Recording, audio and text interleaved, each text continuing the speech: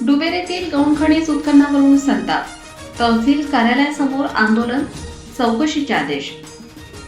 डुबेरे परिसरातील गट क्रमांक 993, 994, 995 आणि 996/1 मध्ये सुरू असलेल्या गौणखनिज उत्खननावरून वातावरण तापले आहे।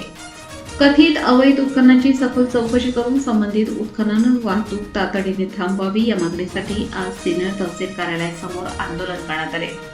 शिवछावा संघटनेच्या संस्थापक अध्यक्षा संगीताताई राजाराम मुरकुटे, केंद्रीय अध्यक्ष किरण त्र्यंबक पिंगळे, डुबेरेचे सरपंच ज्ञानेश्वर मारुती ढोली, रेखा ढोली यांच्यासह पदाधिकारी व ग्रामस्थांनी या प्रकरणाकडे प्रशासनाचे लक्ष वेधले।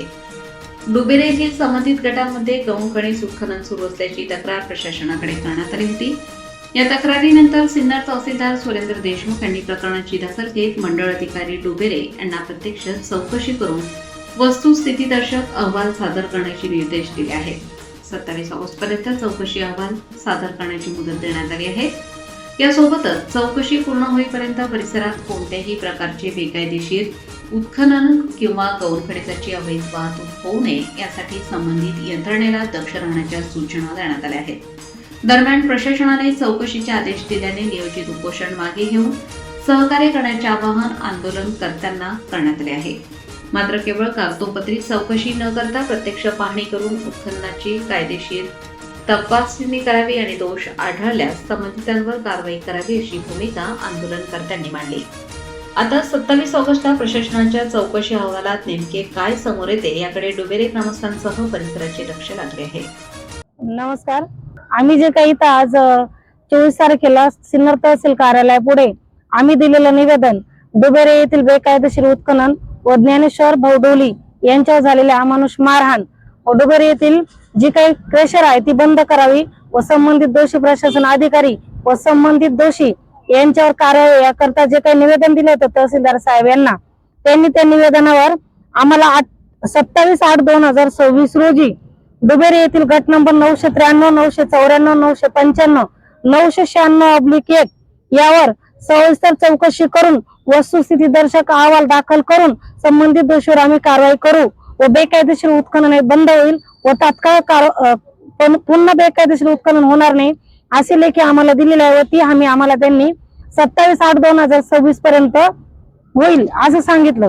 परंतु आम्ही सुद्धा त्यांना त्याच्यावर लेखी उत्तर दिले आहे की जर 27/8/2026 पर्यंत ही क्रेशर जर बंद झाली नाही, कारण या क्रेशरला लागणारा जो काही तुम्ही परवानगी दिल्यानंतर त्यांनी दिलेल्या मुदतीपर्यंत बंद केली नाही, संबंधित दोषी प्रशासन अधिकारी व संबंधित दोषीवर जर कारवाई केली नाही तर आम्ही 1 तारखेला पुन्हा 1/9/2026 रोजी त्यांच्या कार्यालयाच्या दरवाजा शेजारी आत्मदान करणार आहे हे त्यांना आम्ही कळवलं किंवा उपोषण करणार व या दरम्यान आमची होणारी किंवा ज्ञानेश्वर भाऊ ढोली यांची होणारी कुठली हानी या जबाबदार ते स्वतः व संबंधित दोषी प्रशासन अधिकारी जबाबदार राहतील हे त्यांना आम्ही आज लेखी कळवलेलं आहे। अन्याय सहन करणार नाही आणि अन्याय होऊन बी देणार नाही।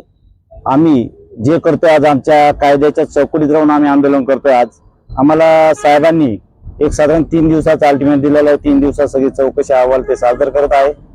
मुरकुटेताईंच्या आदेशाने आणि आमच्या सर्वांच्या सहकार्याने हे आंदोलन चालू आहे। फक्त एवढंच माझी विनंती आहे की हे आज मोकाट अण्णा संतू वरुषे असेल तो नितीन असेल किंवा सागर हे मोकाट गावात फिरताय। आज आम्ही मार खाऊन आम्ही ते आंदोलन करण्याची पाहिजे झाली, पण आमच्याकडे हे सरकार किंवा हे प्रशासन लक्ष देत नाही। प्रशासनाला 14 दिवस झाले पण आजपर्यंत आम्हाला काहीच पत्रव्यवहार नाही झाला। आज आम्हाला 3 दिवसाचा फक्त अल्टिमेट दिलाय। याच्यात सखोल चौकशी करून जे सच्चाईची बाजू असेल ती त्यांनी मांडावी आणि जनतेसमोर त्यांनी आणावं आणि ते खाण बंद करावी हीच आमची एवढी मागणी आहे। मी प्रहार जनशक्ती पक्ष सिन्नर तालुका अध्यक्ष कैलास दातीर आज या शिवछावा संघटनेचे अध्यक्ष मुरकुटेताई यांच्या नेतृत्वाखाली आपले डुबेरचे सरपंच ज्ञानेश्वर भाऊ ढोली यांना झालेली मारहाण व डुबेर गावामध्ये अवैध क्रेशर चालू आहे त्याला गावच्या ग्रामपंचायतीने त्याला सील केलं नाही। इथल्या उप कोणी तहसीलदार आहे त्याच्या आशीर्वादाने ते चालू आहे पैसे देऊन।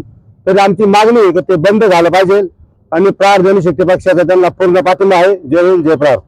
माझ्या जे मिस्टरांना मारहाण केली आणि जे त्यांचं लिगली नसताना सुद्धा त्यांनी मारहाण केली आणि आम्ही गावासाठी करत होतो, समाजसेवा म्हणून झालं होतं तर त्यांनी मारायला नव्हतं लागत आणि ते 3 जणांना कायद्याचा यांना धाक राहिलेला नाहीये. लवकरात लवकर यांना शिक्षा व्हावा.